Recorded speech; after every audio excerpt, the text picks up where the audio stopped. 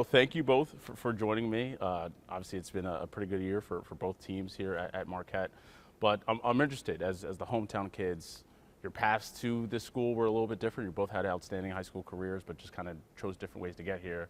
Start with you, Chloe, for getting here, having that kind of family legacy coming here. How does the reality of being here now 5 years match up to what you expected when you first committed?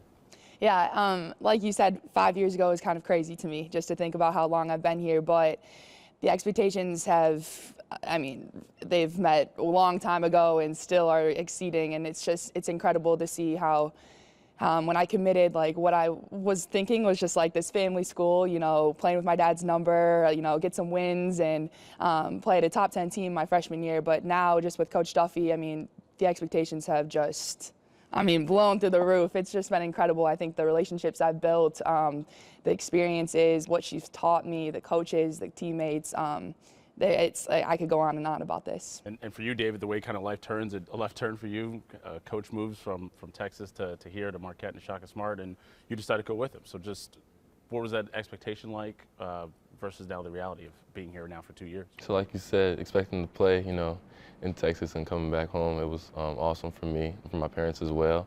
And then the relationships I've made with my teammates here and the staff, they're also like family. So I think we all get together. I think it's the best decision I made. Are there sort of outside expectations, outside pressures, kind of thinking like everyone knows you're the hometown kid in that sense when you're actually out there playing? For sure. I think they all support you and they want you to perform well and they want to see you. And like I said, as teachers, friends from high school, they all text me after the game and give me congratulations. So it's been really fun. And the same question to you? No, I don't really think there's too much pressure, but I think the biggest pressure is asking my teammates for tickets all the time because that's like, there's like 40 people all the time coming to the games and stuff, and it's really cool. Whether, job set as teachers and coaches from the past, but also just your friends, your high school friends, people coming home from college and coming to see you. It's been really cool. And I was going to say that's sort of maybe the extra benefit of it too, is you never know, you're all of a sudden some other friend that you didn't expect to be there is there. Is that kind of a joy when you're actually out there and you see the crowd after the game, you're like, oh, I didn't know you were here. Yeah, no, that's happened so many times. I texted my friend the other day and was like, your parents were in the crowd, like thank you so much. People that just won't even mention it to me, but they're definitely coming, and I think it's really cool to see them. Same thing, you? Yeah, for sure. I look at my parents every time before the game, and I try to see who else, because, we get 4 tickets, so there's usually 2 more, and then plus the extras that I have. So I kind of give them a wave and say thank you. Every parent obviously wants to go to every college game that they can for their kids, but to have it be down the road in that instance, what is that support like, where no matter what you can look and see your parents are in the crowd? Well, both of my parents have been retired for some years now, for about 7, 8 years now. So they've been living the dream. They've been going to every game. They have nothing better to do. They're always bothering me, but I love it for them. I'm glad they're having a lot of fun. Yeah, and I know obviously here the last game, obviously at the UConn game, your mom and sister were right there, your brother's there. Like, just kind of what is that like every time after a game? You can see them there. Yeah, they're having more fun than I am sometimes. I look up and I'm like, oh my gosh, my mom's screaming, yelling.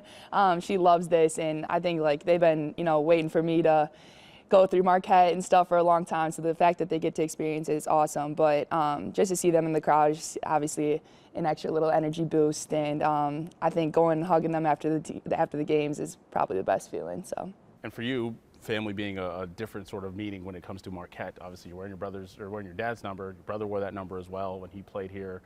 But for you as well, you've now passed your dad in points, rebounds, and assists. I think by the end of the year, you could pass him in steals and blocks too. What is it like kind of carrying that family legacy? Yeah, my dad would be so proud of me, but he would definitely be a little bit more competitive about me beating him in all the stats. But yeah, if I could tell him, he'd be, laughing and having a good time with it. But yeah, like I said, creating kind of the legacy on the women's side has been awesome. My dad and brother created, men's fans and little boys. But for me, these little girls that watch me every day and see that, I think that's the best part of the whole legacy. And with that too, you started Rebounds for Research. I think it was this past month. What made you decide to do that this year? A group reached out to me called the Way Foundation, and they saw that I was interested in charities. And so my dad passed away from a brain aneurysm, and I've been waiting just kind of to be able to tell people about education about it, because we didn't know the signs or the symptoms prior to, and if you can give someone else a chance to know that, I think that that's really powerful. You can save a lot of lives. And so I've had just an overwhelming amount of support from this campaign. I think the first night I got to like 5,000 from family, friends, everyone around me. So just trying to raise as much money for the research and to kind of promote those symptoms and let people know what that's prior to having them. So you obviously been here 5 years, leaving your mark on and off the court in that way. You're just getting started really in year 2. What does it kind of feel like as you started to grow into this second season? I know before the year you talked about kind of being prepared for a bigger role, and how do you feel like it's sort of coming out to fruition? I think it's been going great so far. Just getting comfortable with everything. The games are getting easier and easier, but the crowd keeps getting louder. For me, I feel like with our continued success, so I'm just excited to keep going and keep getting better with the guys.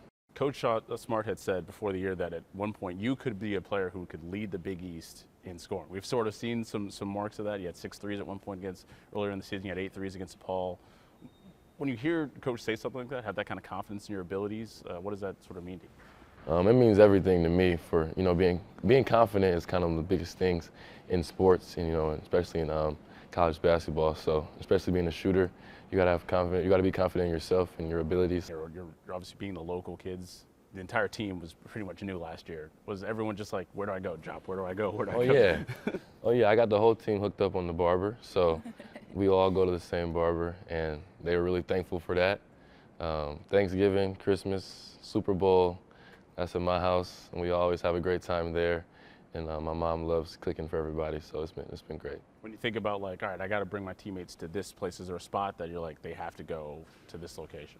For me, I like to go to the movies. So we've been in the movies a couple of times. I think that's probably the spot that I've been the most excited for our team going to. Best movie you guys saw together? Ooh, we just rented out a movie theater, and we saw Coming to America, the first one. I think that was just really funny just to seeing all the guys. Some guys hadn't seen it. Omax hadn't seen it. He loved it. It was hilarious watching him react to the movie, so that was really fun. And then you yourself, obviously, I think you guys called Lauren, Grandma Lauren last year. You're kind of taking that role yourself, being here for as long as you have. So what is it like, so many different teammates trying to get them experience of Milwaukee? Yeah, I mean, I try to show them as best as I can. I tell them that the summers are the best part. So during the season, it's tough because it's snowing all the time. And but I mean, definitely in the summers, I think the best part is like the beach. No one thinks that Wisconsin has a nice beach. And so we take them there all the time. So, and they turn out to love it. They love the restaurants and stuff too, so. When you think about this season, coming to an end, it's pretty close, obviously about March Madness time for both squads. You've had big wins on the women's side. You had the win down against Texas. You just had the recent win against UConn. What is it like having those wins, having at least one of those wins here at home, having that ability to kind of embrace the full success of a season like that? Yeah, I mean, those wins are great for us. I think the most important thing is after that UConn win, we kind of had to settle back down and realize, we got, at that time, 5 more games left of the season. And we had to get back to just the process of everything, and meeting the moment is what Coach Duffy always says. And I think that's the most important thing to know. We got the wins in the back, but we got to keep going and being successful in order to make it to where we want to be. And for you guys on the men's side, picked 9th, no one on the preseason Big East teams, but now you've been in the top 10. What have these moments been like? Beating Xavier at home, beating UConn at home. What have these moments sort of been like for you and the team? I think we enjoy them. We embrace them. Like you said, being picked 9th, it kind of gives all of us an edge. And it's always better when no one expects you to be here, because you can kind of tell everybody, I told you so. But people still probably doubt us, and it's exciting to keep trying to prove them wrong and keep going forward through the season. And final one for you. Obviously, it's not a new thing, local kids going to the local schools. For some kids, it's Wisconsin. For basketball, it really kind of is Marquette. Is there advice? Is there a thought process, something you wish you knew kind of going into it that you would think that any kid who decides to go for that hometown team could think about? Start with you.